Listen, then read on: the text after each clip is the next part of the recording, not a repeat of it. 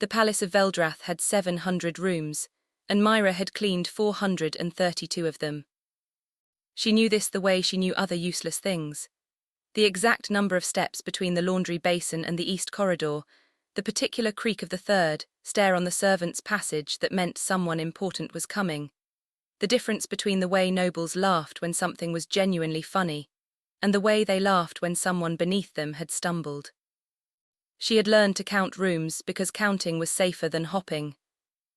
Mira Asheville was 20 years old, and she had spent 9 of those years becoming the kind of person a palace could not remember. She was not ugly, but she had learned to stand in bad light. She was not stupid, but she had learned to ask questions with her eyes instead of her mouth. She was not weak, but she had learned to fold her strength into the shape of deference so completely that sometimes, in the dark of the servants' dormitory, she had to press her hand flat against her own chest, just to feel the beat of something that still belonged entirely to her. Her mother had taught her this survival before dying of the cold that swept the lower quarters, the winter Mira was 14. Her mother had also taught her one other thing, spoken so quietly that Mira sometimes wondered if she had dreamed it. The palace fears what it cannot name, little bird, so never let them give you their name for you. The day you accept their word for what you are is the day you become it. Mira had held that lesson like a coal in her palm for 6 years, warm enough to keep her breathing, small enough to hide. Until the morning, everything changed. The storm arrived 3 days before the winter solstice, driving ice against the high windows of Veldrath, and turning the palace into a place of closed doors and candle-heavy rooms. The nobles retreated to their chambers with their fires and their gossip. The servants worked twice as hard, keeping both burning. Mira was assigned the East Wing, which she preferred. The East Wing was older than the rest of the palace, built from darker stone, and its corridors smelled of dust and beeswax rather than the imported perfumes that made the West Wing feel like walking through someone else's headache. The tapestries in the East Wing showed older stories, battles that had been lost, treaties that had been broken, creatures from the age before the kingdom had decided the world was comprehensible. She was polishing the brass fixtures on the 7th door of the upper east corridor when she heard it. Not a sound exactly. More like the feeling of a sound, the way you sometimes hear your name spoken in another room and cannot be certain whether it was real or the particular trick loneliness plays when you have been quiet for too long. Mira stopped polishing. The corridor was empty. Ice cracked against the window at the far end like a fist testing a door. She heard it again. Her name, not Mira. Something deeper than that, something that went below the name her mother had given her and touched whatever lived beneath names altogether. The feeling came from behind the 7th door. She had passed the 7th door of the upper east corridor every day for 9 years without opening it, because the 7th door was sealed with a lock that had no keyhole, a length of temple chain draped in consecrated cloth, and a carved sign that read, in the old script she had taught herself from discarded books. Here rests the Mirror of Vaelthas. Let no hand touch it that is not called. Let no eye seek it that is not worthy. By order of the High Conclave in the reign of King Aeris III. King Aeris III had been dead for 60 years. The High Conclave had been dissolved after the border wars. The temple chain was dusty enough that Mira suspected no one had walked this corridor with any real attention in a decade. None of this was a reason to open the door. And yet her hand was already on the chain.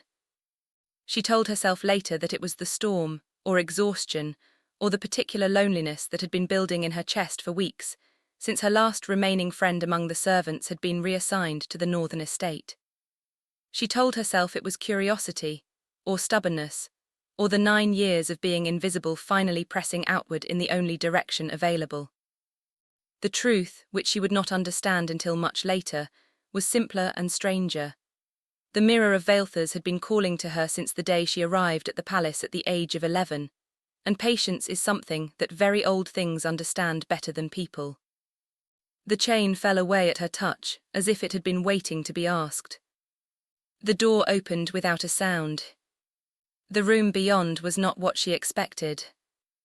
She had imagined dust and darkness, perhaps a covered shape in the center, the kind of breathless stillness that important forgotten things carry with them. Instead, the room held a faint warm light with no visible source, the smell of rain on stone, and a mirror that stood against the far wall and seemed impossibly to be the origin of the light itself. The Mirror of Vaelthas was not large. She had expected something monumental, something that announced its own significance. This was perhaps the height of a tall man and the width of a doorway, framed in dark metal that had been worked into the shapes of wings, not decorative wings, but wings in motion, every feather distinct, as if the frame had been made by someone who had watched birds fly, and wanted to remember the exact feeling of the moment before landing. The glass was not silver, it was not black. It was the color of deep water at twilight, that particular blue-gray that exists for approximately 4 minutes each evening before the world decides which it is going to be, night or day. Mira stood in the doorway and looked at it, and did not, for a long moment, go in. Then the mirror's surface moved, and she did. Not rippling, not the disturbance of physical glass. More like the way a sleeping face changes when the dream shifts, a subtle deepening, a sense that something on the other side had become aware of being seen. Her reflection appeared. And then, just below her reflection, or perhaps just behind it, another face emerged from the deep water color, like a swimmer rising from the bottom of a lake. A young man. He looked perhaps a few years older than her, though age was difficult to read in a face that was not quite human. His hair was the dark brown of wood smoke. His skin was pale silver-grey at the temples, fading to something warmer at his jaw. 2 horns curved back from his forehead with the elegant geometry of something grown rather than built, following the line of his skull like a crown that had decided to become part of the person who wore it. His eyes were the color of the first star that appears each evening. He was asleep. She could see that clearly. His eyes were closed, his head tilted slightly to one side, one hand pressed flat against the inside of the mirror's glass as if he had fallen asleep mid-reach. There were dark marks around his wrists, not wounds, but something like old scars made of shadow rather than flesh, the kind of marks that spoke of long restraint. Mira stood very still. She did not touch the glass. She simply looked at him and felt, with a certainty that had no rational foundation, that she was looking at someone who had been alone for a very long time. I know that, she thought, not meaning to send it anywhere. I know what that is. The young man's eyes opened. They found her immediately, not searching, finding, as if they had known exactly where she would be. For a moment, neither of them moved. Then he said, in a voice that came from inside her own chest, rather than through any physical space between them. "You are not afraid of me." It was not quite a question. Mira considered lying. Then she considered that lying to a being who apparently spoke directly into one's rib cage was probably inefficient. "I haven't decided yet," she said. Something moved across his face. She would spend weeks afterward trying to name it precisely, and the best she could arrive at was this. It was the expression of someone who has been waiting in a dark room for a very long time and has just heard the particular sound that means morning is actually coming. "Wise," he said, "I will try not to give you reason." Then the door at the end of the corridor slammed open, boots struck stone, and voices filled the air with urgency. The young man's eyes caught hers one more time. "Come back," he said. The mirror went still. Mira turned to find 2 palace guards, and the high scholar of the Veldrath court standing in the corridor, with expressions that ranged from professionally alarmed to genuinely terrified. Behind them, wrapped in travelling clothes still damp from the storm, stood the Crown Prince of Veldrath. And behind him, with a face Mira had only ever seen in the paintings that hung in the great hall, looking at her with an expression that was entirely unreadable, was the woman who was apparently about to become that Crown Prince's bride.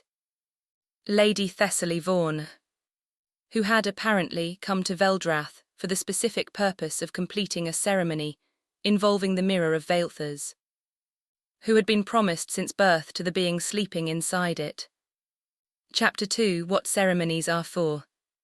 High Scholar Prentice Coldwell was 64 years old, had served 3 monarchs without once raising his voice above a calm, authoritative tenor, and had, in that time, developed a comprehensive personal philosophy about the management of unexpected situations.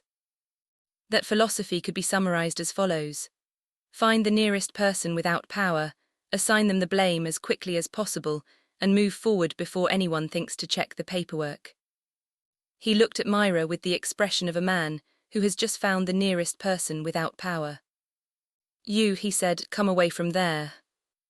Mira came away from the doorway, stepped back into the corridor, and folded her hands in front of her with the particular body language that 9 years of service had made instinctual.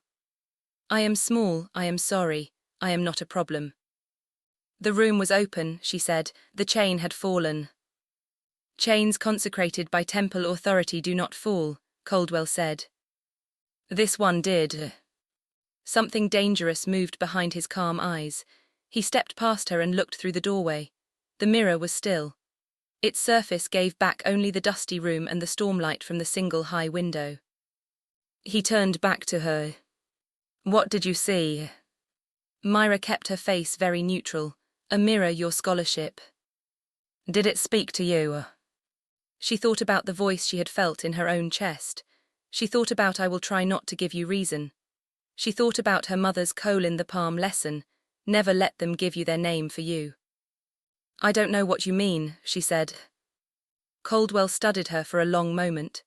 Then he did the thing she had watched him do to servants for 9 years. He looked past her as if she had become furniture. He turned to address Lady Thessaly instead. Lady Thessaly Vaughan was 22 years old, and had been told since she was 5 that she was intended for greatness. This had been delivered to her not as a gift, but as an instruction, the way someone hands a child a heavy object and tells them to carry it carefully and never set it down. She was not unkind. Mira would understand this later, would spend considerable time re-examining her first impression and finding it had been, like most first impressions formed in corridors with guards and scholars, and dynastic weight pressing from every direction, an oversimplification. But in this moment, Lady Thessaly looked at Mira with the expression of someone who has arrived to perform a specific, long-prepared task, and has found someone else already standing at the altar. Was the mirror activated? Thessaly asked Caldwell. Her voice was measured. She had beautiful posture, the kind that comes from being corrected since childhood. There is no indication, Caldwell began. Was it activated? A pause, the chain was disturbed. Thessaly looked at Mira. Mira looked at the middle distance between them. You're a servant, Thessaly said, not cruelly, observationally, the way you might note that a door is made of oak. Yes, my lady. What is your name? Mira, my lady, Mira Ashvail. Thessaly repeated it quietly as if testing its weight. Then she looked at Caldwell. Has the mirror been active since I arrived? It has not, Caldwell said, with the particular confidence of a man who has not personally checked. Mira kept very still. The Crown Prince, who had not yet spoken, stepped forward. He was perhaps 25, with his father's long face and a kind of tired authority that comes from inheriting responsibility before having any idea what to do with it. His name was Prince Edric, and he had the look of a man who has been managing other people's expectations since before he was tall enough to see over a table. He looked at Mira the way Caldwell had not, with actual attention. Mira Ashvail, he said, did the mirror say anything to you? Mira's training said, No, Your Highness, I apologize for the disturbance, please allow me to return to my duties. Something else, newly woken and unexpectedly stubborn, said, Yes. She found a middle path. It moved, she said, the surface moved, like water when a stone, she stopped. I may have imagined it. Edric held her gaze for a moment longer than necessary. Thank you, he said finally. Return to your quarters and stay there until we send for you. It was a kind dismissal, it was still a dismissal. Mira walked back down the corridor with her hands folded, and her face arranged into the appropriate shapes, and the coal burning steadily in her palm. Come back, the mirror had said. She intended to. She could not go back immediately. The palace, galvanized by Lady Thessaly's arrival and the upcoming ceremony, filled the east wing with people. Scholars cataloguing the mirror's history, priests cleansing the corridor with smoke, guards posted at both ends of the upper passage. Mira was reassigned to the West Wing laundry, and told, with pointed clarity by the head housekeeper, to remain there unless specifically summoned. She remained there. She also listened. This was another skill she had spent 9 years developing. People spoke freely in front of servants in the same way they spoke freely in front of furniture, not because they trusted it to be discreet, but because they had stopped believing it could hear them. Within 2 days, she had assembled a significant portion of what the palace knew about the Mirror of Vaelthas. The mirror had been created 4 centuries ago by the last Mage King of the continent, who had made it as a bridge between the human realm and the Ashen Court, the realm that existed in the space between what was and what had been, where the beings humans sometimes called demons and sometimes called gods lived their long, complicated lives. The bridge had been built for a specific purpose. Every generation, a citizen of the human realm and a member of the Ashen Court would meet within the mirror's threshold, speak honestly to one another, and renew the accord that kept both realms from the particular kind of war that could make the world stop making sense. This had worked for approximately 200 years. Then a series of high scholars had gotten involved. The problem, as Mira understood it from fragments of conversation and one very useful document she found tucked inside a laundry basket that had been sent from the scholars' wing, was that the original accord had required something nobody had specified clearly. The renewal could not be forced. The meeting within the mirror's threshold had to arise from genuine, uncoerced exchange. The moment either side began commanding rather than asking, the mirror's fundamental nature became, as the document described it, adversarial. The High Conclave of 60 years ago had discovered this the hard way when they attempted to bind the mirror's resident rather than simply speak to him. He had not, apparently, responded well to binding. The result had been sealed rooms, temple chains, and a 60-year stalemate during which the accord slowly frayed and the border between the realms became increasingly unstable in ways that most people experienced as bad harvests, strange weather, and an inexplicable increase in the kind of nightmares that left you uncertain upon waking which world you were actually in. The current plan, as devised by Caldwell, approved by the king and delivered to Lady Thessaly along with her betrothal contract, was to try the binding again. Properly this time with better chains. Lady Thessaly had agreed to it because nobody had explained it to her in those terms. She had been told she was fulfilling a sacred alliance. She had not been told that the being she was to meet within the mirror had been held against his will for 60 years and was probably not in a particularly diplomatic mood. Mira folded laundry and thought about this for 3 days. On the 4th day, she went back to the East Wing. The guards were not expecting anyone to approach the 7th door from the inside, through the servants' passage that ran behind the East Wing's walls and emerged, for maintenance purposes, in a small alcove 12 feet from the mirror's room. Mira slipped through the alcove door at 3 in the morning, when the palace had the particular quality of silence that means everyone with power has gone to sleep, and left the building to everyone without it. The corridor was unguarded at this hour. The room's door stood open, chains removed in preparation for the ceremony 3 days hence. The mirror waited. She stepped inside and closed the door behind her. The deep-water light was dimmer than before. The mirror's surface was still, and her reflection looked back at her alone, slightly too pale in the sourceless light, with her servant's cap slightly crooked and her hands betraying her with their hesitation. Then, slowly, the face she was beginning to recognize surfaced from below. He was awake this time. His eyes found her without searching, the same way they had before, that particular quality of knowing where you are that she associated with her mother and 2 friends. She had lost, and nobody in the palace proper had ever offered her. They looked at each other through the glass. "You came back," he said, in that voice that lived in the chest rather than the ears. "You asked me to. Many people have been asked to come back to things and have not done it." A pause. "I appreciate the distinction." Mira sat down on the floor cross-legged, which was undignified but seemed right. "What is your name?" He was quiet for a moment. In that moment she noticed other things about him.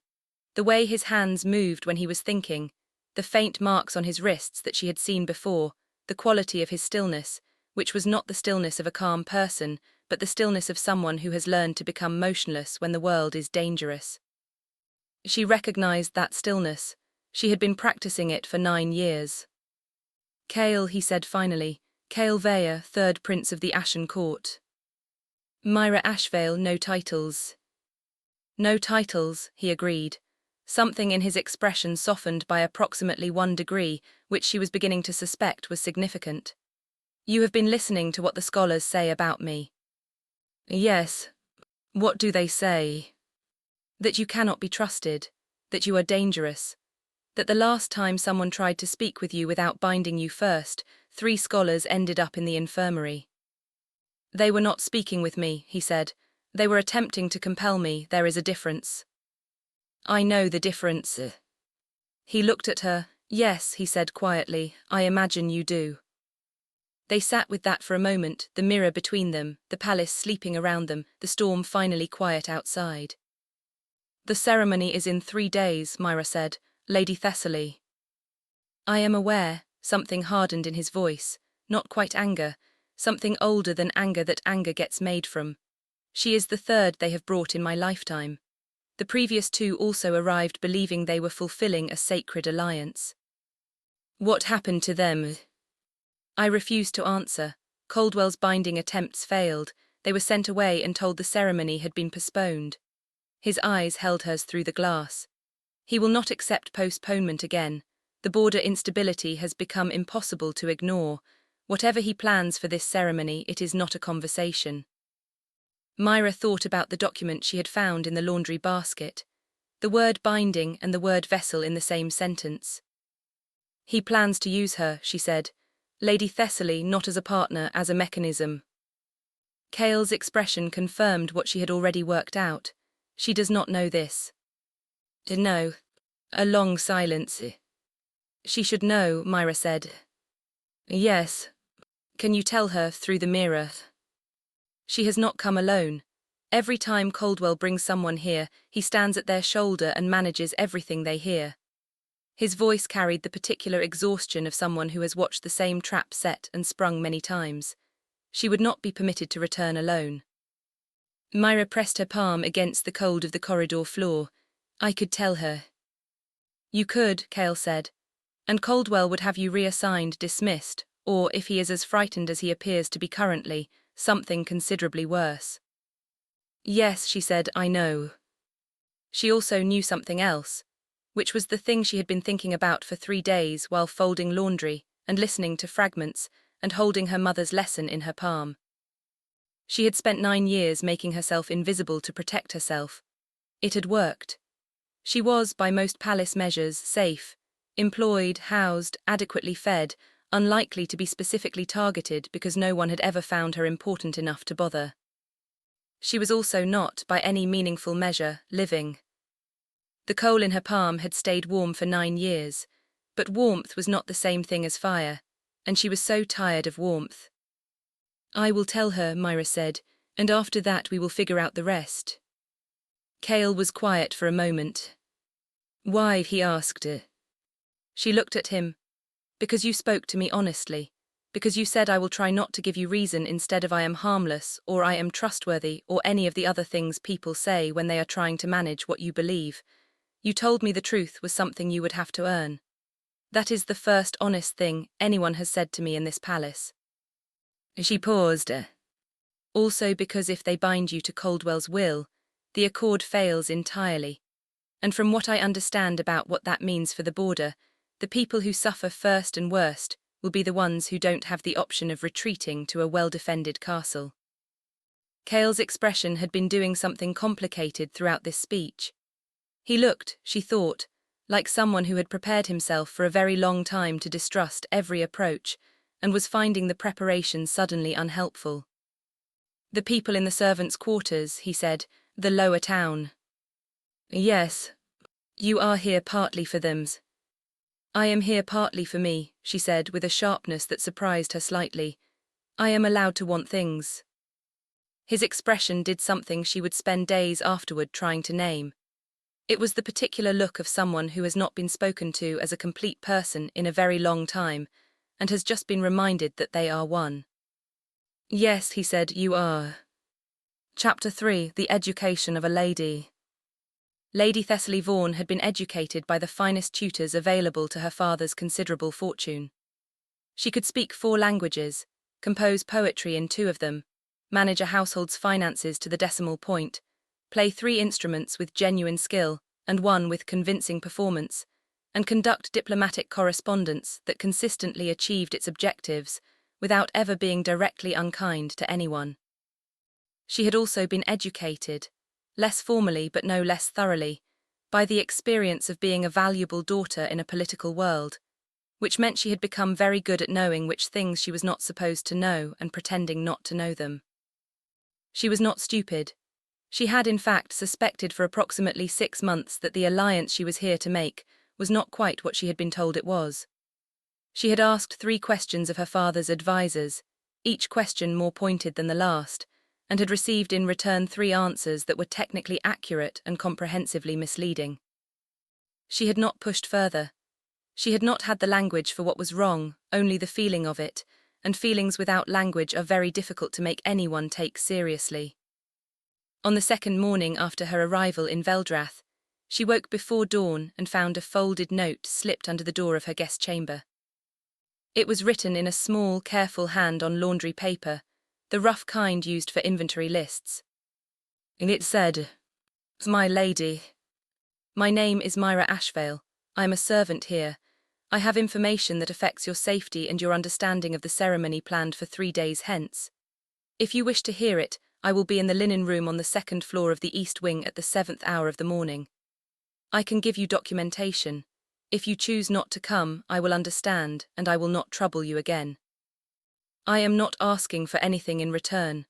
I am simply telling you the truth because no one else appears to be doing it, and I think you deserve that. M. Ashvale." Thessaly read the note 3 times. Then she got dressed without calling her ladies and went to the linen room. What happened in the linen room lasted approximately 40 minutes, and involved a servant sitting on a folding stool and a lady sitting on an overturned laundry basket, and both of them reading a document that neither of them was supposed to have access to. Thessaly asked 4 questions. Mira answered all of them directly, including the ones that reflected badly on Mira's own position, which was how Thessaly knew she was not being managed. At the end of 40 minutes, Thessaly sat with her hands in her lap and looked at the wall. "They plan to use me as a mechanism," she said, "to force him to answer so that the binding could root itself in the connection, and then they would use the connection to extract his compliance." "Yes, and the man I am betrothed to, Prince Edric. I believe he does not know the specific details of Coldwell's plan." Mira paused. "I believe he knows enough to have preferred not to ask questions." Thessaly absorbed this. "That is not the same as innocence." "No, it isn't." Another silence. "What is he like?" Thessaly asked. "The one inside the mirror, you've spoken to him." Mira considered her answer carefully. "Honest," she said. "Careful, angry but not irrationally so. He has been imprisoned for 60 years and has maintained, as far as I can tell, a completely intact sense of who he is. I find that—" She stopped. "What?" "Remarkable," Mira said quietly. "I find that remarkable." Thessaly studied her. She had the quality of attention that good education produces when it is applied to a genuinely curious person. She looked at things rather than at her idea of them. "You like him," she said. Mira kept her face very neutral. "I have spoken to him twice." "That is not a denial." "My lady." "Thessaly," she said it with a kind of deliberate precision, like laying down a card she had been holding back. "If you are sitting on a laundry basket telling me truths that could get you dismissed or worse, I think we can manage first names." Mira opened her mouth and closed it. "Mira," Thessaly continued, "what are we going to do?" We landed like something warm and unexpected. "I have some ideas," Mira said. Part 2: The Threshold. Chapter 4: What Cannot Be Commanded. The plan was not elegant. Elegance, Mira had concluded, was a quality available to people with resources, and between the two of them, she and Thessaly had primarily determination and information, which were less elegant but historically more reliable. Here is what they had. The document from Coldwell's private papers, which described the binding mechanism in sufficient detail that Mira had been able to cross-reference it with 3 historical texts she had retrieved from the archive while pretending to clean it. Cale, who could not leave the mirror but could communicate through it, and who had apparently been thinking for 60 years about the specific mechanics of his imprisonment and its theoretical reversals. Thessaly's legitimate access to every part of the palace, including the east wing on the night of the ceremony. And Mira's 9 years of invisibility, which meant she could be in rooms where she was not supposed to be for significantly longer than anyone would expect before anyone thought to look for her. Here is what they did not have. Any guarantee that it would work. Any plan for what happened afterward. Any particular safety net for either of them if it went wrong.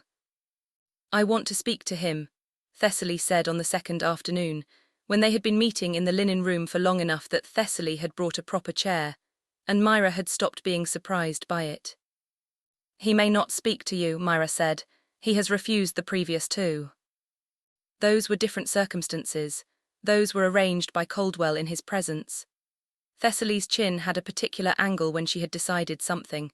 Mira was learning to recognize it. "If I come to him alone, honestly, knowing what he is and what the ceremony is intended to do, will he speak to me?"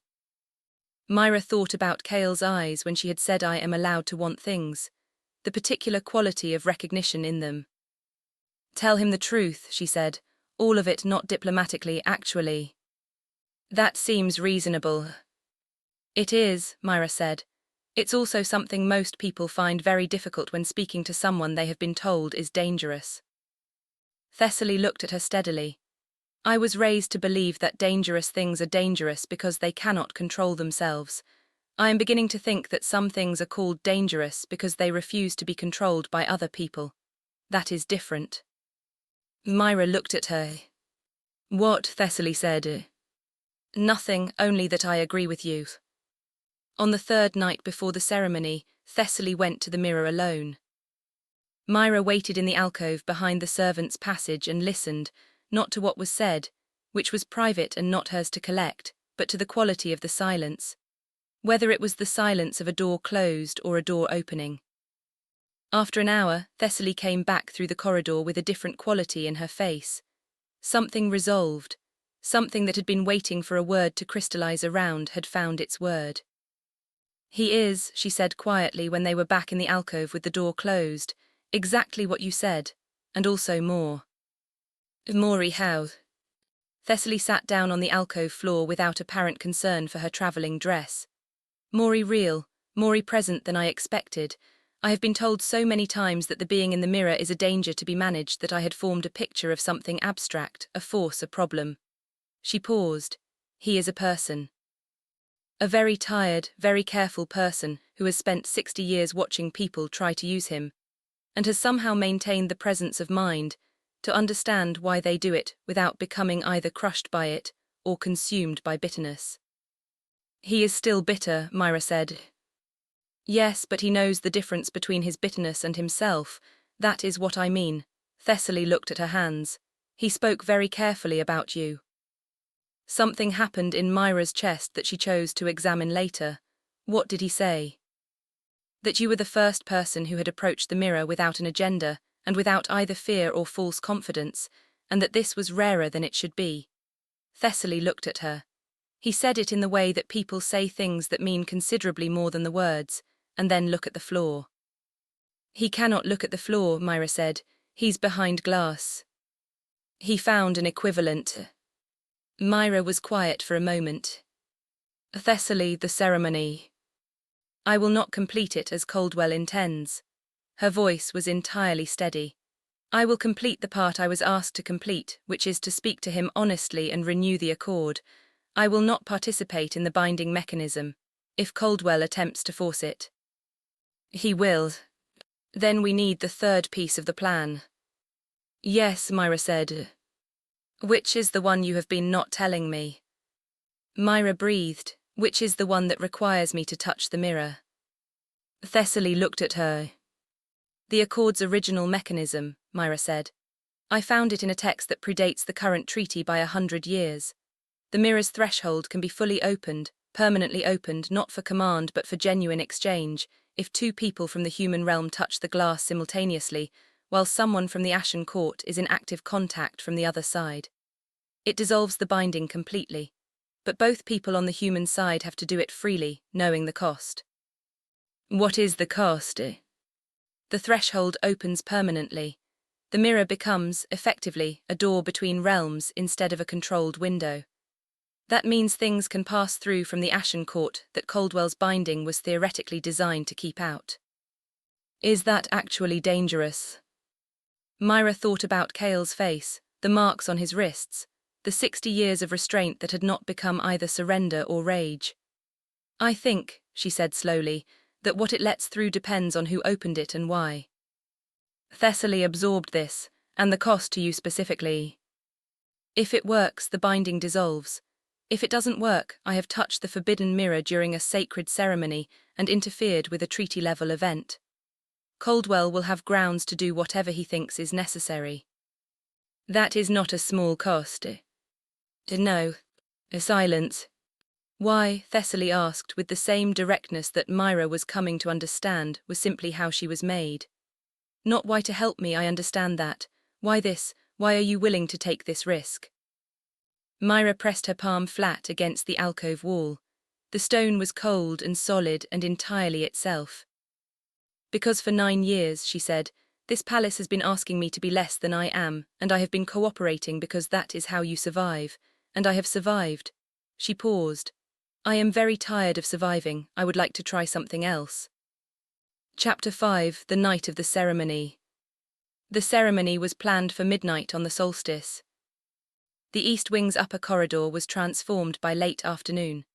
Candles in iron brackets lining the walls, scholars in formal robes positioned at precise intervals, the mirror's door standing open with the frame now draped in fresh consecrated cloth, and the chains replaced with new ones that gleamed with something beyond mere polish. Mira watched all of this from the servants' passage, while carrying a tray of water and candles that nobody questioned, because servants with trays are almost always invisible. Coldwell moved through the preparations with the focused intensity of someone who has been waiting a very long time for this and has convinced himself that the waiting has made the outcome inevitable. He was meticulous. He had apparently learned from the previous attempts. The new chains were heavier. The scholars were positioned to assist with the binding components directly after Thessaly made contact. He had allowed no margin for complication. He had not, however, accounted for Mira. This was, she reflected, the fundamental problem with a worldview that required other people to be smaller than they were. It kept miscounting. At 11 in the evening, she went to the mirror's room through the alcove, 2 hours before the ceremony, while the scholars were still at supper and the guards had not yet been posted. Cale was waiting. She could feel it before she was fully through the door. The mirror's surface was active, that breathing quality that she had come to recognize as his attention. You understand what will happen tonight, he said without preamble. His eyes were very steady. Coldwell's binding will attempt to root itself through Thessaly's contact, if it succeeds even partially. It won't, Mira. It won't, she said again. Thessaly won't give it the angle it needs, and we have the older mechanism. A pause that requires you to touch the glass. Yes. During the ceremony, in front of Coldwell, in front of the court. Yes. He was quiet for a moment.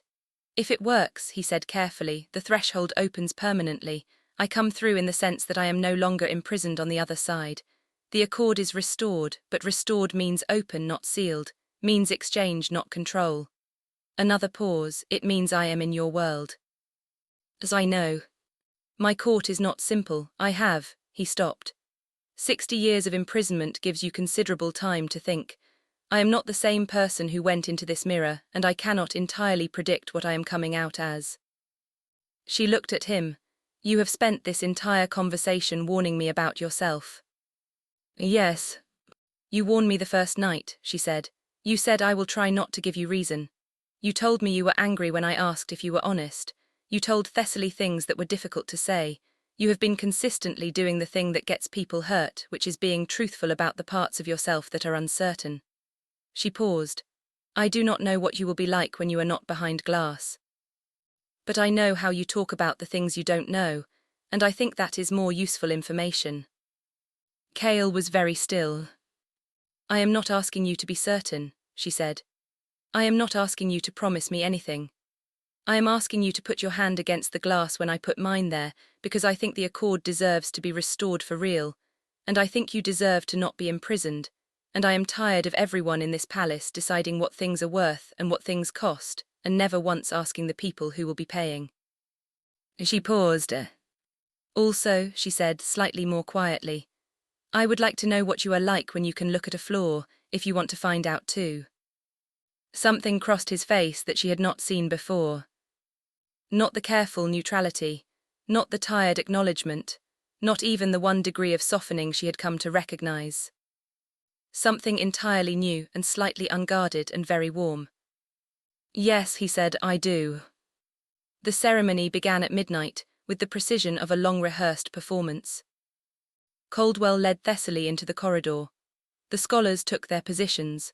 The guards stood at either end.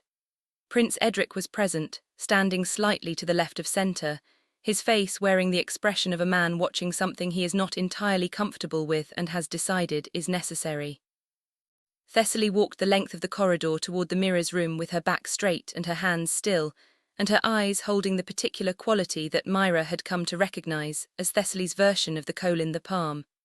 I know what I am doing. Do not try to tell me. Behind the scholars, behind the guards, inside the servants' alcove with the maintenance door open 2 inches, Mira watched. She had a simple role. Wait for Thessaly's contact with the mirror. Wait for the moment when Caldwell moved to activate the binding component, which the document had described as a specific phrase in the old tongue, combined with a physical gesture that would transfer the mirror's responsiveness from its natural state to a commanded one. Wait for that moment and then move. She had timed the walk from the alcove to the mirror at 11 seconds. She had 11 seconds to move through the door, cross the room, and put her hand against the glass before Caldwell could stop her. It was not, she acknowledged to herself in the alcove's dark, a large window. The ceremony proceeded. Thessaly spoke to the mirror. Mira could not see her face from this angle, but she could see Caldwell's, and she watched his expression shift as the mirror's surface moved, and Cale's presence became apparent. She watched Caldwell's satisfaction. He had believed the previous failures were about the wrong person. He had believed that if someone simply made contact, his binding would have the angle it needed. He had not considered that contact and compliance were different things. She watched Thessaly speak. She could not hear the words. She did not need to. She watched Caldwell's satisfaction begin to develop a fracture, the particular kind that happens when something is not responding the way it should, when the expected compliance fails to materialize. His hand moved to the chain. His mouth opened to begin the binding phrase. Mira moved. 11 seconds. She was through the alcove door in 2. Through the scholars' formation in 4, slipping between them with the practiced invisibility of 9 years, and the added advantage that nobody in the room expected a servant to be running toward the mirror in the middle of a sacred ceremony. She was at the room's entrance in 8. She heard Caldwell's voice begin the phrase behind her. She crossed the room in 3 more seconds and put her hand flat against the mirror's glass. Cold, so deep it went beyond temperature into something else. The feeling of a boundary, of 2 things that are not the same touching and deciding what to do about it. Thessaly's hand was already there, pressed against the glass 6 inches to Mira's left, because Thessaly had known the plan and the timing and had positioned herself accordingly, because she was excellent at the things she put her mind to. And on the other side of the glass, Cale's hand pressed flat against both of theirs, covering them completely, 3 points of contact with the same mirror and 3 different wills all pointed in the same direction. Caldwell's phrase broke off in the middle. Because the mirror answered. Not to him, not to the chains or the scholars or the 60-year silence, not to anything commanded or managed or forced. It answered to 3 people who had each chosen, without coercion, to put their hands against the glass. The light that came from the mirror was not the Deepwater twilight.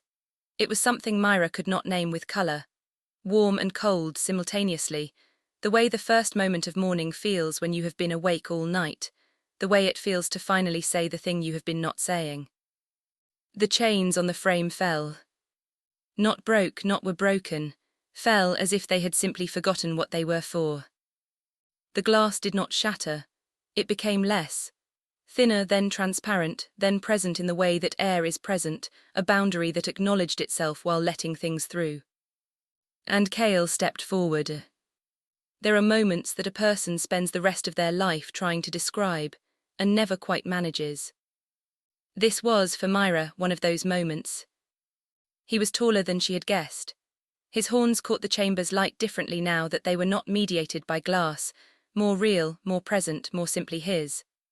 The marks on his wrists were visible, darker against skin that was warm in the actual air rather than cool through the filter of the mirror. He looked around the room with the particular intensity of someone taking in reality, after a long time, with only the simulacrum of it. Then he looked at Mira. And she looked at him. And neither of them said anything for a moment, because the moment contained more than could be said quickly. Caldwell broke it. Seize them both, he said, in the voice of a man trying to recover a situation that has entirely escaped him. The servant has contaminated the ceremony. The binding must be re-established.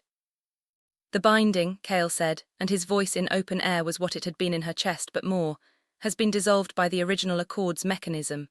This is documented. Your own scholar catalogued the text. His eyes found Caldwell's with the kind of steadiness that 60 years of quiet fury can produce. You know it. You sealed the original text in the archive because you knew it, and you knew that if it were used, you would lose the control you had spent decades building. The room had gone entirely still. Prince Edric was looking at the fallen chains, with an expression that was working through several complicated things, simultaneously. Caldwell took a breath. You are a prisoner. I was a prisoner, Cale said. Past tense. The threshold has been opened by free consent. There is no legal or treaty mechanism by which you may close it again. And if you are uncertain about that, I suggest you read the original accord, which I have had 60 years to memorize in its entirety. He looked at Edric. My Lord Prince, he said, the accord your kingdom made with the Ashen Court was an agreement between equals. It was not a leash. It was not an alliance of convenience. It was recognition that 2 realms existing alongside each other requires active maintenance and honest exchange. Your predecessors understood this. Somewhere between then and now, someone decided it would be more efficient to simply compel the exchange. A pause. I would like to propose that we return to the original model. Edric was quiet for a long moment. Mira watched him make the kind of decision that is genuinely hard. The kind that requires acknowledging that the easier path was not actually a path at all, just a longer way to the same collapse. Yes, Edric said, I think that would be appropriate. Part 3, What Comes After Mirrors. Chapter 6, The Complications of Doors That Stay Open. The 3 days following the ceremony were, Mira thought, an excellent illustration of why stories tend to end at the dramatic moment, rather than the morning after. Caldwell was not removed immediately. He was, as Edric explained to the assembled court with careful political language, relieved of his ceremonial duties pending review of his archival management practices. This was understood by everyone present to mean something considerably more serious, and was dressed in diplomatic language, because the alternative was acknowledging publicly that the palace's most senior scholar had been deliberately manufacturing a crisis for decades, and the palace was not quite ready to do that all at once. It would get there. Mira had faith in the direction, if not the speed. Thessaly was in a position that was, diplomatically speaking, unusual.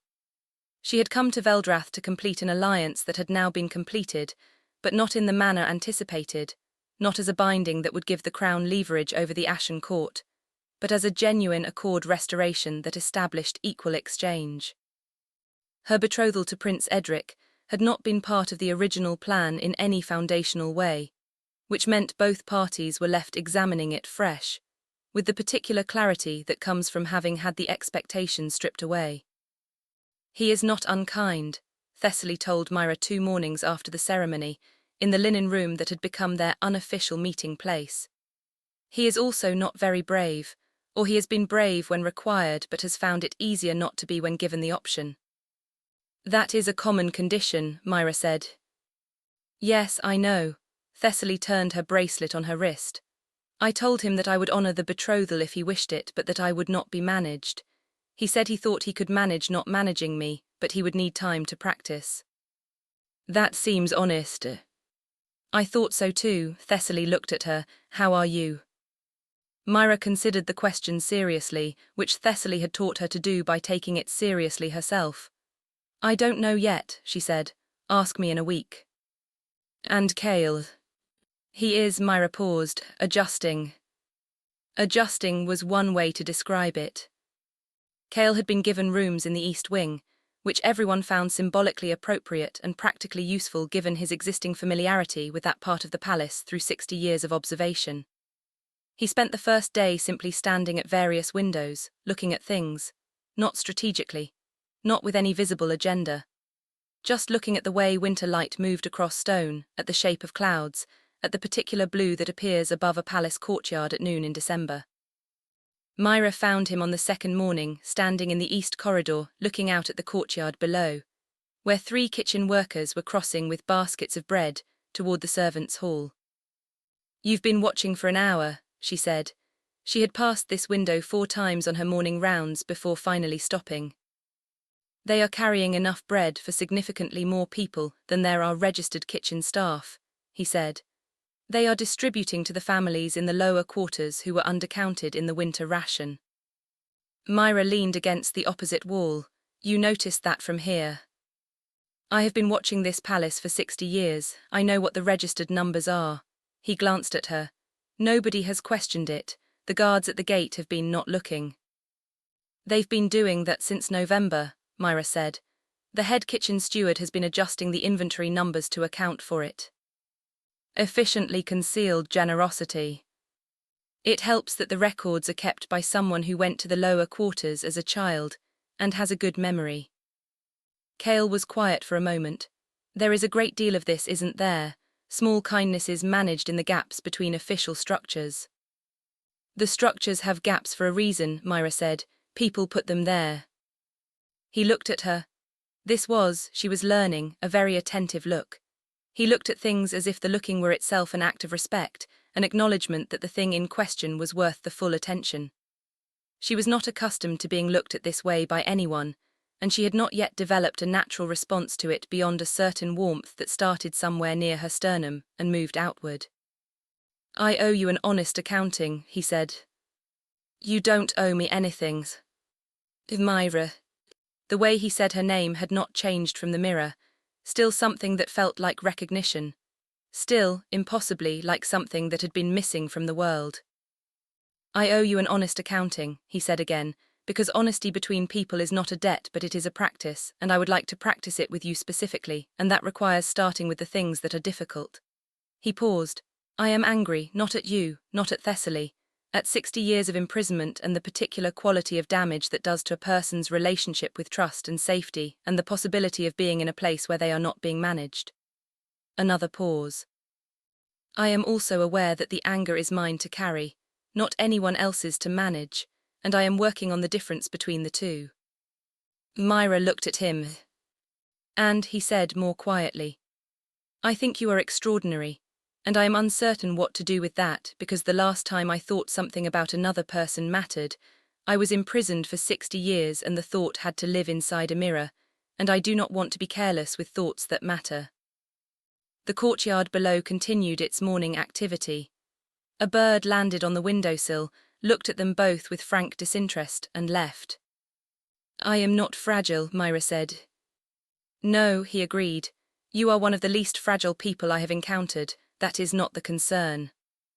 Then what is? He looked at her steadily. I do not want to mistake gratitude for something else, or relief, or the particular trick that solitude plays, which is that anyone who shows genuine kindness in a long darkness can seem more significant simply by contrast. Mira absorbed this. It was, she thought, the most careful thing anyone had ever said to her. Not a disclaimer designed to protect himself, but a genuine attempt to hand her accurate information so she could make her own choices with it. I have been invisible for 9 years, she said. I have been told in many different ways that what I want does not matter, that what I notice is not important, that the right size for a person in my position is smaller than I actually am. She paused. You are the first person who has spoken to me as if I am exactly the size I am, not smaller to fit the space they had for me, not larger to serve their narrative, just the size I am. She paused again. I am aware that this might mean I am also prone to finding you significant beyond what the circumstances warrant. Then we are both uncertain, he said. Yes. And both willing to say so. Yes. Cale looked at the courtyard again. The kitchen workers had disappeared inside. The bird had not returned. The winter light was doing something very specific to the stone walls that had no name but probably deserved one. I think, he said slowly, that this is where most people decide that because it is uncertain, it is too risky, and retreat to something safer. Yes, Mira said, I have been safe for 9 years. He looked at her, she looked at him. The corridor was entirely quiet around them. Would you, he said, with a careful precision that she was coming to understand, was simply his way of handling things that mattered.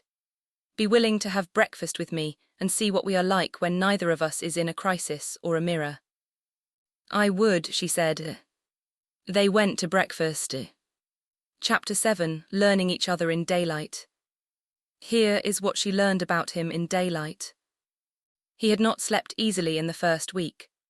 Not because the rooms were uncomfortable, but because sleep in the mirror had been a kind of suspended state, and sleep in an actual bed involved the vulnerability of genuine unconsciousness in a way that 60 years of necessity had not prepared him for. He was meticulous about honesty in a way that occasionally made conversations longer than they strictly needed to be, because he would stop mid-sentence to reconsider whether what he was saying was precisely accurate rather than approximately accurate. She found this both maddening and deeply reassuring. He had strong opinions about how windows should open, specifically that they should be able to open fully rather than being secured to prevent unauthorized exit, and he exercised this opinion frequently. He had been reading for 60 years, specifically anything that was placed in or near the mirror's room. He had therefore read an enormous amount of court documentation, personal correspondence left in the corridor, and in the last decade, the novel that the third underscholar had kept in their desk and read on their lunch breaks. He had opinions about the ending that he had been waiting to share with someone for 8 years. He laughed rarely. When he did, it was genuine, and it had a quality of slight surprise to it, as if each instance of finding something funny was still, on some level, unexpected. He noticed things, small things, the way the light changed in different rooms at different hours, the sound patterns of the palace at different times of night, which servants were carrying extra weight in their expressions on which days of the week. He noticed these things without agenda, without any intention of using them. He noticed them the way people notice things when paying attention is the primary way they have had of staying connected to a world they could not participate in. When she told him about her mother, he listened without interrupting, and when she finished, he said, "She taught you how to remain yourself when everything around you was pressing you to become smaller. That is the hardest thing to teach, because it requires the teacher to have done it themselves." She had not cried in front of anyone since she was 14. She cried then, quietly, and he handed her a handkerchief and did not fill the silence with anything designed to make her stop. Here is what he learned about her in daylight. She had extremely specific opinions about how things should be organized, a consequence of years of making order from chaos with insufficient resources, and these opinions were almost always right. She was funny in the particular way of someone who has learned to find humor in impossible situations, because the alternative is despair, which meant her humor had excellent timing and a dark edge that occasionally surprised people who expected someone in her position to be sentimental. She made friends in the particular way of someone who has been burned enough times to be careful, slowly, with attention, checking her assessments against evidence rather than hope. But the friendships she made were, by consequence, extremely solid. Thessaly, old Master Orin from the archive, the kitchen steward who adjusted inventory numbers. She read when she could get access to books, and had developed a comprehensive literary education from discarded palace texts, which meant her reading was wide and idiosyncratic, and had significant gaps in canonical texts that were considered important by educated people, and complete familiarity with others that educated people had never heard of. She was not comfortable with receiving care. Giving it, yes, asking for it almost never. When he noticed this and named it, she went very still and then said, "I was told in many different ways that needing things was the same as being a burden." "Who told you that?" "Nobody specifically. It was the ambient message of my position." She paused. "It is difficult to know how much of that I have believed." "You do not believe it now." "I am working on not believing it now," she said. "There is a difference." He understood the difference. Chapter 8: What the court made of it. The court's opinion of the situation, which had begun in shock and moved through several stages of political recalculation, arrived eventually at the following positions. The Conservatives, led by those who had benefited most from Caldwell's version of the accord, believed that an alien prince walking freely through the palace was a security threat, and that the servant who had facilitated it should be investigated for treasonous intent. They expressed this opinion in letters, in drawing rooms, and in one case in a document submitted to Edric that used the word contamination 4 times. The pragmatists believed that the accord had needed restoration for decades, and that the specific mechanics of how it had happened were less important than the outcome. They expressed this opinion by being cordial to Kale in corridors and careful with Mira in the same corridors, which was a form of improvement. The youngest members of court, who had grown up with the border instability and the harvest failures and the inexplicable nightmares, and who had been told these were unrelated to the deteriorating accord, did the math and then did something the older generation found alarming. They began simply talking to both of them. Not diplomatically. Directly. Thessaly, who understood courts the way people who have been raised in them understand weather, told Mira that this last group was the one that mattered. The Conservatives will not change, they have built themselves around this. The pragmatists will wait to see which direction the wind settles, but the young ones are deciding right now what they think is right, and what they decide will shape the next 40 years. She paused. "We should talk to them." "We," Mira noted. "Yes, unless you had other plans." Mira did not have other plans. They talked to the young ones. Meanwhile, there was the matter of Mira's position. She had not been dismissed. Nobody had quite found the formal mechanism for dismissing someone who had, by the most precise accounting, restored a decade's-damaged accord and arguably prevented a diplomatic catastrophe. The servants' hierarchy, which ran on very specific rules about what could and could not be done to whom in what circumstances, had also not found the mechanism for promoting her, because the category she now occupied did not exist in their formal structure. She was still, technically, a servant.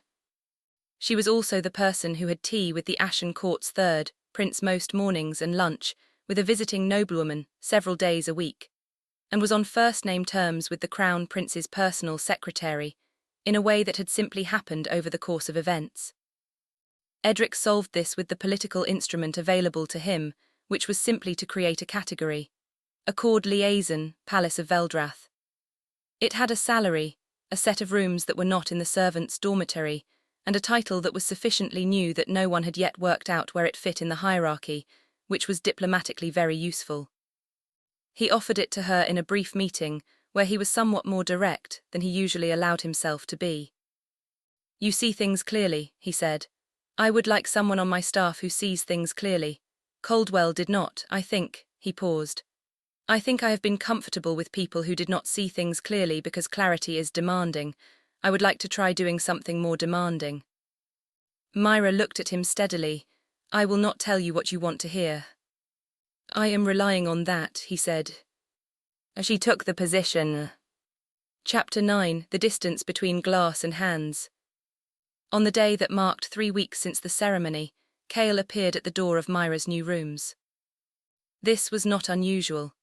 They had developed the habit of an evening walk in the East Wing corridor, which was quieter than the rest of the palace in the evenings, and which neither of them had quite been able to give up. What was unusual was the look on his face. She had learned his expressions over 3 weeks in a way that felt both faster and more thorough than any learning she had done before, perhaps because he was consistently present in each expression, not performing, not managing. She knew the careful neutrality, and the 1-degree softening, and the genuine rare laugh, and the way concentration looked on him when he was reading something difficult. This was none of those things. May I come in? He asked. She stepped back from the doorway. He came in and looked at her room, which was not large but was hers entirely, which was something she was still adjusting to. A window with a proper latch, books on a shelf that she had put there. The wooden sparrow, Thessaly had retrieved it from where she had thrown it through the mirror, on the windowsill. Kale looked at the sparrow for a moment. I received a communication from the Ashen Court today, he said. She went still.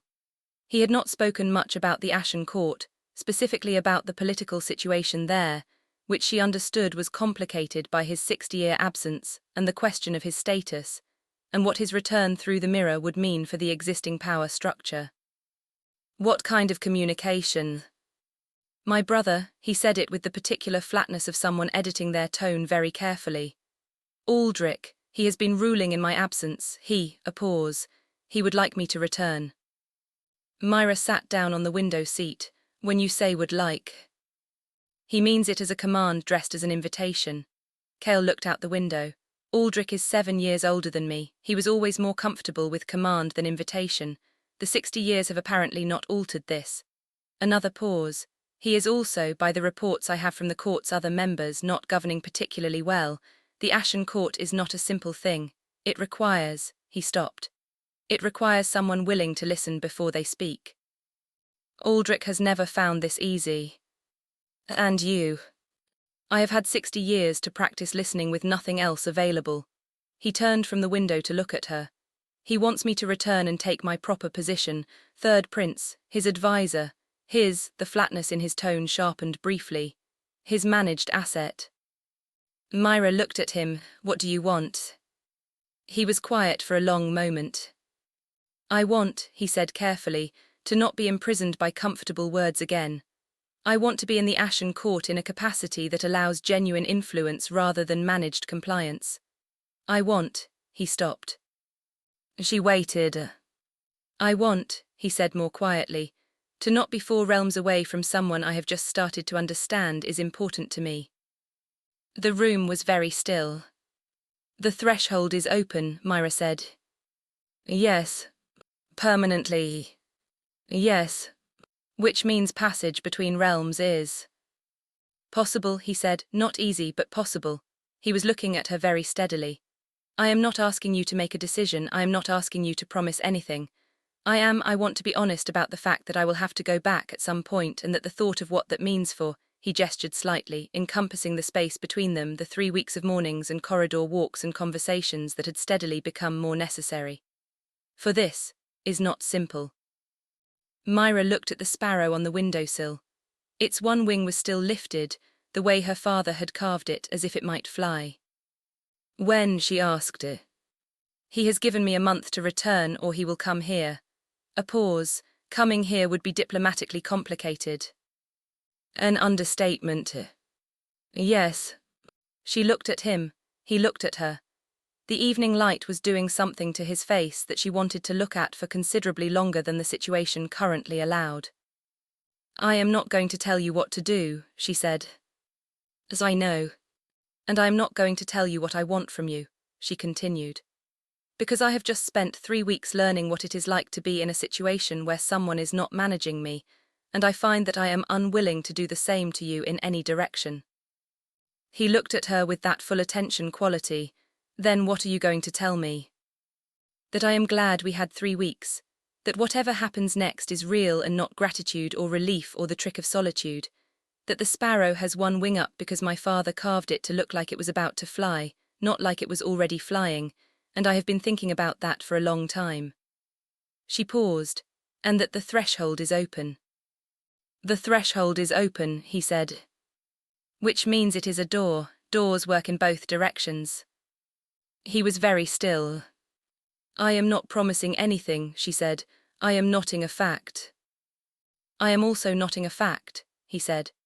Which is that I have spent 60 years in a mirror and emerged, and found that the most straightforward thing that has happened to me is sitting in a linen room with a servant who reads historical texts and has extremely specific opinions about window latches, and I think that is remarkable.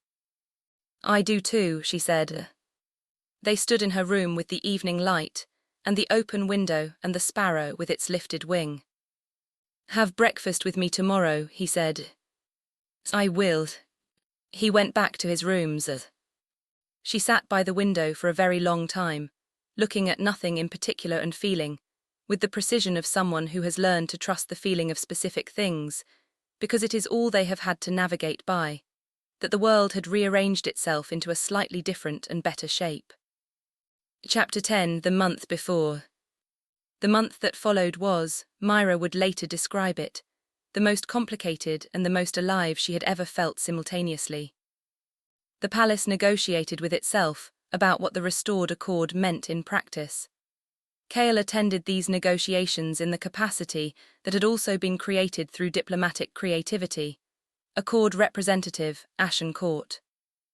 He was exactly as honest in these meetings as he was everywhere else, which made the conservative faction deeply uncomfortable and the pragmatists cautiously optimistic, and the young members of court increasingly convinced that this was what governance could look like if people were willing to try. Thessaly decided to stay in Veldrath, at least through the winter. Her betrothal to Edric was being renegotiated in terms that both of them found more honest than the original arrangement.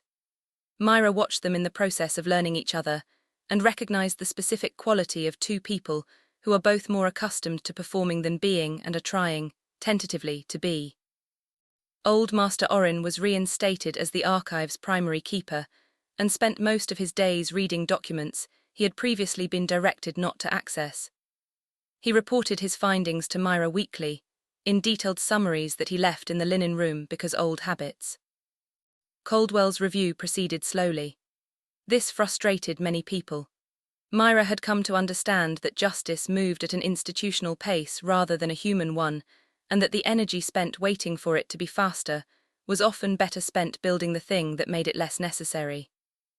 She spent the month in all of these things, and also in the specific, smaller thing that was becoming the dominant texture of her days. Learning Kale's. Not the dramatic version, not the crisis version, the ordinary version which turned out to be better than either. He was argumentative in a way that was entirely intellectual and not personal, which she found refreshing after years of navigating spaces where argument was personal by definition. He would disagree with her and not be injured by her disagreement in return, and the resulting conversations had a quality of genuine exchange that she had not experienced enough of. He was, once the first weeks of adjustment had settled, not easily startled. She had expected, given the imprisonment, some degree of anxiety about confined spaces or sudden sounds or any of the things that made sense as legacies of long constraint. What she found instead was a kind of fundamental steadiness that had been, she thought, the thing that kept him intact in the mirror, the ability to distinguish between the situation being difficult and himself being fundamentally altered by it. He was not unaffected, he simply refused to be made into something different by being hurt. She recognized this and loved it, which was the word she finally let herself use internally about 3 weeks into the month, with the practical acknowledgement that the internal use of a word was not a commitment, but was at minimum an honesty. He was also, she discovered, someone who noticed when she was tired before she noticed it herself, and who responded not by trying to fix it, but by adjusting the ambient temperature of their interaction slightly, which was a form of care she had not known she needed until it was available. She told him this one evening because he had said honesty was a practice, and she was trying to practice it. "You notice when I am tired," she said. "Yes. And you don't try to manage it." "No. That is," she paused, looking for the right word, "that is new for me." He was quiet for a moment. "You have been the person who notices and adjusts for a long time." "Since I was 11. And very few people have done it for you." "No. Is it uncomfortable?" he asked, not as performance, with genuine curiosity about whether the care itself created difficulty. "Yes," she said, "but the uncomfortable kind that means something is changing rather than the uncomfortable kind that means something is wrong." "I understand that distinction," he said. "I know you do." 2 weeks before he was to return to the Ashen Court, Cale came to find her in the archive, where she had been working with Orin on a comparative study of the accord documents that she had suggested might be useful for the ongoing negotiations. He waited until Orin had tottered off to his lunch before speaking. "I want to ask you something," he said, "and I want you to feel entirely free to answer it however is true, including no." She set down the document she was holding. "All right. When I return to the Ashen Court," he said, "I will be going into a situation that is genuinely difficult. Aldrich is not well-intentioned and is not going to respond to my presence with anything simple. The court is politically complicated in ways that I understand but have not been part of for 60 years, which means I understand the theory of the landscape, but not the specific current positions." He paused. "It is going to require very careful attention and considerable patience, and the ability to move through a court, without becoming what the court wants to make you." Mira looked at him. "You are describing something I have specific experience with," she said. "Yes," his eyes held hers.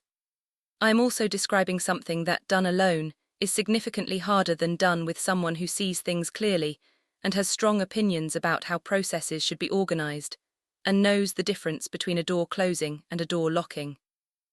"Cale, I am asking," he said, "if you would be willing to come with me, not because I cannot do it alone, I can, but because I would very much prefer." He stopped, breathed, tried again with the precision that mattered to him. "Because you are someone I would like to do things with rather than simply recount them to afterward." Mira sat very still. She thought about the palace, the rooms that were now hers, the position with the new title. Thessaly, Orin, the kitchen steward who adjusted the inventory numbers, the young members of court who were learning to ask better questions. She thought about the Ashen Court, which was unknown, which was dangerous in ways that were different from the ways she knew, which was not her world. She thought about the sparrow with the lifted wing. She thought about her mother's Colin the Palm lesson. The day you accept their word for what you are is the day you become it. She thought about 9 years of safe and 3 weeks of alive. "The threshold works in both directions," she said. "Yes, I can come back." "Yes," his voice was very careful. "And if you wanted to come back, I would come back with you, if that was—" He stopped. "I am very aware that I am asking you to enter a foreign court on behalf of someone you have known for less than 2 months." "On behalf of," she repeated. "With," he corrected immediately. "I said that wrong, with." She looked at him for a long moment. "If I come," she said, "I come as myself, not as a servant, not as an ambassador's anything. As myself, with my own position, my own purpose, my own opinion about what is right and what isn't." "I would be disappointed by anything less," he said. "And if Aldrich is as you describe, I will not let him manage you. And I think," he said quietly, "you will not let him manage you either." "No," she agreed, "I will not." They looked at each other in the archive, with its dust and its secrets and its windows that let in the particular winter light she had come to know as this corridor, this time, this specific before something. "All right," she said. "All right. I will come." He breathed, and she saw the effect of the word in his whole posture. A settling, a release of something held against the possibility of a different answer. "Thank you," he said. "Don't thank me yet," she said. "I have seen your organizational system for the texts you have been reading. It is going to require significant restructuring before we leave. Something crossed his face that was entirely the genuine rare laugh, surprised by itself as always. I will accept your help, he said. You have no choice, she said. I know, he looked at her, with the full attention quality that she had stopped trying to be comfortable with, and had started simply accepting as the way he looked at things that mattered. I am entirely certain that is not a coincidence. Epilogue: The Sparrow Flies. 3 months after the night of the solstice ceremony, the Mirror of Vaelthas stood in the east wing corridor, threshold open, its surface the deep-water twilight of 2 realms held in continuous, honest contact. People passed it every day. Some of them reached out as they walked by and let their fingers brush the surface for a moment, not because the accord required it, but because touching a door that had been opened by hand rather than force was, they had learned, its own kind of practice, the habit of choosing contact over command. On one particular morning in early spring, when the palace was beginning its seasonal transformation, and the laundry baskets full of winter linens were being aired in the east courtyard, Mira Ashvale passed the mirror on her way through the east wing. She stopped. Her reflection looked back at her. She was wearing the dark coat Thessaly had given her before she left for the Ashen Court, practical and warm and not a servant's uniform. Her hair was pinned differently, the way she had learned to do it in the months since someone had told her it suited her. She looked, she thought, like herself, not the invisible version, not the managed version, the actual size. Behind her reflection, a second face appeared. Cale looked at her from the other side of the mirror, which he was standing in front of on the Ashen Court side, because they had developed the habit of this. Meeting at the mirror in the morning when they were on different sides of the threshold, which was not yet every morning, because the Ashen Court was complicated, and Veldrath was complicated, and the accord was a living thing that required active tending from both ends. You look cold, he said. I look well dressed, she said. There is a difference. You are cold. You have the specific expression of someone who has walked through a drafty corridor in inadequate preparation. I had adequate preparation. The corridor has inadequate insulation. I will put it in my report to Edric's building maintenance office. You have a report to Edric's building maintenance office. 6th item, persistent drafts in the east wing. He paused. 7th item, whatever is happening in the 3rd floor storage room that makes it smell of mineral oil every Thursday. That is the scholars' lantern cleaning. They do it Thursday mornings. I have noted this and will revise my report.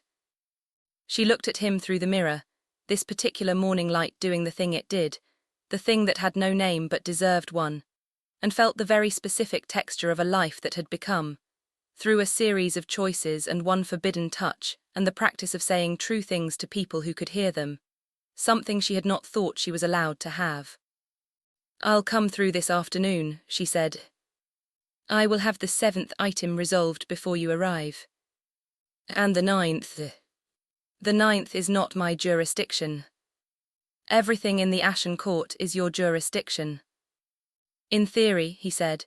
In practice, Aldrich's former chamberlain still controls the 2nd floor West Archive and will require significantly more convincing. I have opinions about how to convince recalcitrant archivists. I am entirely aware. His voice was very warm. Come through this afternoon. I will. She touched her fingers to the mirror's surface, briefly the way people did as they passed. A greeting, a reminder that the door was open. His fingers appeared on the other side, aligned with hers, separated by the depth of the threshold, and nothing more important than that. She continued down the corridor. Behind her, the mirror's surface settled back to its deep-water calm, held open by the ongoing, uncomplicated fact of 2 people who had each chosen, without being commanded, to be honest with each other. In her coat pocket, her fingers found the wooden sparrow. One wing lifted. The world was large, and she was exactly her actual size in it, and that was at last entirely enough. And a note on what comes next. If you want the story of Mira's arrival in the Ashen Court, what she finds there, how she navigates a court that was built on the assumption that people like her do not exist, What Aldrich does when he realizes his brother has come back with someone he cannot manage. And what happens when two people who have been learning each other through glass are finally in the same room without anything between them. Tell me in the comments. Mira's story does not end here, it simply found a place to breathe. And if this story stayed with you, the girl who learned to be invisible and finally decided to be seen, the prince who kept himself intact in a long dark, the door that opened because two people chose to touch it rather than force it, tell me which moment hit you hardest. Was it the mirror, the linen room, the morning with the bread baskets, or the corridor at the end, two hands on opposite sides of the same glass? Because I wrote all of them for you. And I will write the rest.